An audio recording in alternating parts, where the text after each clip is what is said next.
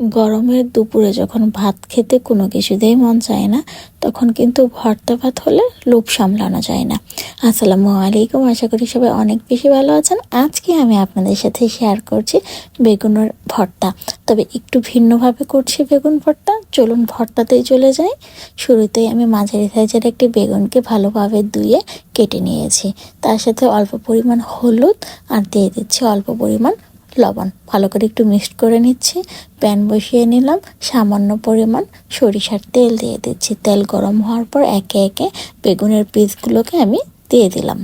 চুলার আঁচটাকে মিডিয়ামেই রেখেছি, একটু নেড়ে চেড়ে দিচ্ছি। বেগুনের গায়ে যখন পোড়া পোড়া ভাব চলে আসবে এবং বেগুনটা ভালোভাবে সিদ্ধ হয়ে যাবে, তখন বেগুনটাকে আমি চুলা থেকে নামিয়ে নেব। দেখতেই পাচ্ছেন বেগুনের গায়ে পোড়া পোড়া ভাব চলে আসছে।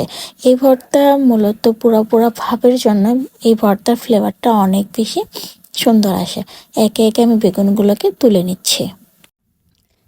এবার আমি সেই তেলে মাঝারি সাইজের দুটি টমেটোকে মাঝখানে ফালি করে নিয়েছি, সেইগুলো দিয়ে দিচ্ছি। এইগুলোকেও আমি একটু ভেজে নেব। পোড়া পোড়া ভাব হবে এমনভাবে আমি এগুলোকে ভেজে নেব।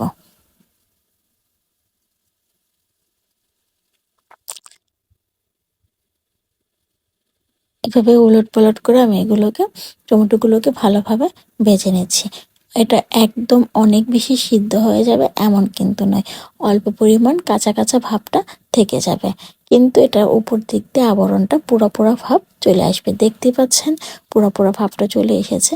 এবার আমি একে একে টমেটোগুলোকে নামিয়ে নিচ্ছি। সেই প্যানে আমি অল্প পরিমাণ তেল আবার দিয়ে দিচ্ছি।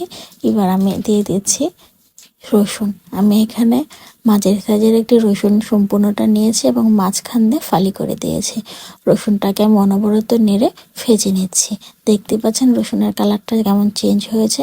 এমন চেঞ্জ যখন হয়ে যাবে তখন রসুনগুলোকে নামিয়ে নিতে হবে। সেই তেলে আমি কিছু শুকনো মরিচ ভেজে নিচ্ছি। শুকনো মরিচের কালারটা অবশ্যই এই যে এমন করে করতে হবে, তাহলে ভর্তার যে কালারটা অসাধারণ আসবে। এবার আমি একটি প্লেটে বেগুনগুলোকে দিয়ে দিচ্ছি। সবগুলো বেগুন আমি নিয়ে নিয়েছি।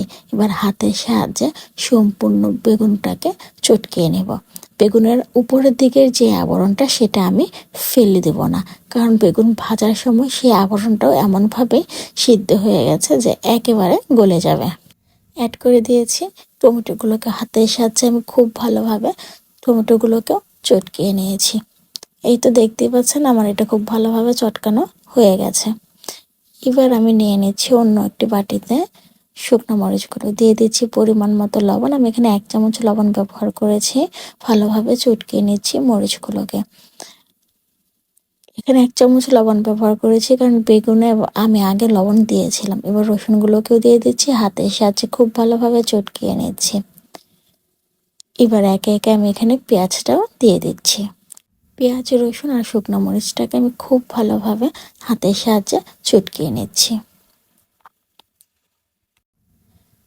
এবার আমি অ্যাড করে দিচ্ছি অল্প পরিমাণ সরিষার তেল। আপনারা চাইলে এটা স্কিপও করতে পারেন, তবে সরিষার তেল দিলে এটার ফ্লেভারটা আরও অনেক বেশি সুন্দর আসবে। অ্যাড করে দিচ্ছি ধনেপাতা কুচি। এবার ধনেপাতা কুচি দিয়েও আমি এটাকে খুব ভালোভাবে হাতের সাহায্যে মিক্সড করে নেব। এবার আমি এখানে অ্যাড করে দিচ্ছি আগে থেকে চটকে রাখা বেগুন আর টমেটোটাকে। এবার হাতের সাহায্যে খুব ভালোভাবে চটকে নিতে হবে। দেখতে পাচ্ছেন টমেটোটা অনেকটা শক্ত শক্ত ভাব রয়েছে। এটা যখন ভাতের সাথে খাওয়া হবে খেতে কিন্তু সেই স্বাদ হবে। এই তো রেডি হয়ে গেল মজাদার ভিন্নভাবে বেগুন ভর্তা।